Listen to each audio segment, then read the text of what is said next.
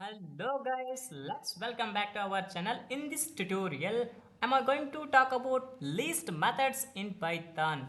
These are the operations that we can perform in the list. So let's define a list of numbers.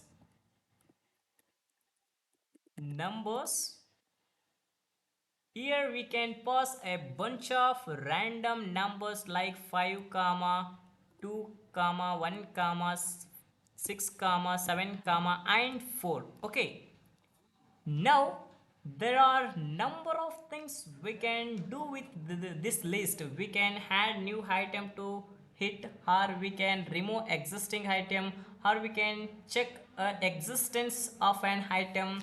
There are number of operations that we can perform on the list. So when we type numbers, new mbe numbers dot, we can see all these functions more accurately, the methods that are available in our list object. So we can call the append method to add a new item to this list. Let's say 20 here. Okay, then print our list using print function print, then numvers numbers. Okay, when we can run our program, we can see 20 is added at the end of this list. Let I will elaborate the console. Okay, see here, 20 is added at the end of the our list. Just wait a minute guys, our operating system very slow. Okay, see here, 20 is added at the end of the our list, right? So but what if I want to add a number somewhere in the middle or at the beginning of our list? So for that we can use a different method that is called insert. So insert method will have, okay, insert. Okay, scrt insert.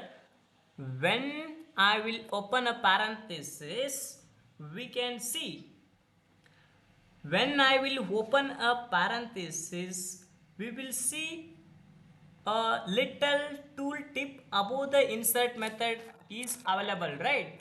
You can see the first value that we need to pass here is an index, right? So this is the index at which we can insert this new item. Let's say we want to add an item at the beginning of our list, so we can pass the index position is 0, add comma, then we can, second value is actually object value, that is we will say 10. Okay, we want to add to this list, let's say we want to add a number 10 here, right? Now when we can print this list, we can see the 10 is added at the beginning of our list. Okay, let me run this program, we will see. Okay, see here, 10 is added at the beginning of our list. So this is how we can use the insert functions in the list, guys. Okay, now we can also remove an item from the list. So we can call the remove, and here we can call the remove method here,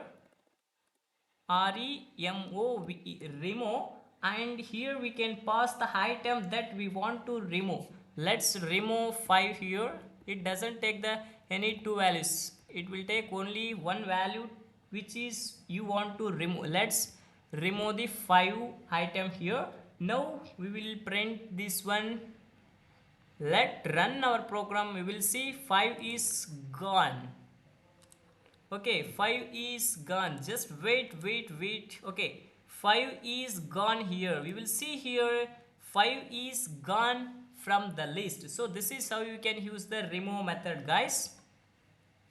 Now if you want to remove all the items in the list, you then we can call the clear method. So here, if you want to clear all the items in our list, then you can use the clear method. CLER, clear. Okay, this is empty parenthesis. Now I will run this program. We will see here, but still it will show error here. Okay, we will see the empty means no items in our list. So this is how you can use the clear method, guys. And we can also have the another method that is called pop, guys. With this function we can remove the last item in our list. Let me show you. So you can use here pop operation here. Just we will use the pop, then it will going to remove 4 in the list. Okay, see here the 4 is gone. So this is how you can use the pop method. Now if you want to check for existence of an item in our list, you can call the index method. So we can call the index and pass the value here. Okay, if you want to check the existing item, how you can check? Using the index method, guys. That is very simple. Let me show you how you can. Numbers dot index index, let's parenthesis, you can say 5. Okay, let me add here because I want to print here it only. Okay, using print print. Just wait a minute, I will show you how you can use such kind of things. Okay, no need of this line, just I erase it. If you want to check an existing item in our list, you can use the index method, guys. Let me run your program. See here the 0 is printed on the terminal because the 5 is the first item in our list, right? So the index of the 5 is 0, so that is why it will going to print 0 on the terminal. Okay, what if I pass the number that doesn't exist in the list? How you can do that is, let's say I will say here 50. Okay, I will say 50 here. What if I pass that doesn't exist in our list? Then how you can run this program? When I will run this program, it will show an error, that is value error, guys. Okay, so you have another method for this one. We can use the in operator, guys. That is very simple, guys. It will going to print false boolean values, that is false, true or false, guys. I will show you how you can use that one. Okay, I will erase this one. Okay, now we will say 50 in NUMBERS numbers. Okay, when I will run this program, it will going to print false on the terminal because 50 is not in our list. So that is why it will going to print false on the terminal. You can see here. Okay, this is how you can use the in operator to check the existing item in our list, guys. I will change the number here 5. Then it will going to print true on the terminal. Let me show you how you can see. See here the true is going to print on the terminal. So this is how you can use the in operator to check the existing item in our list, guys.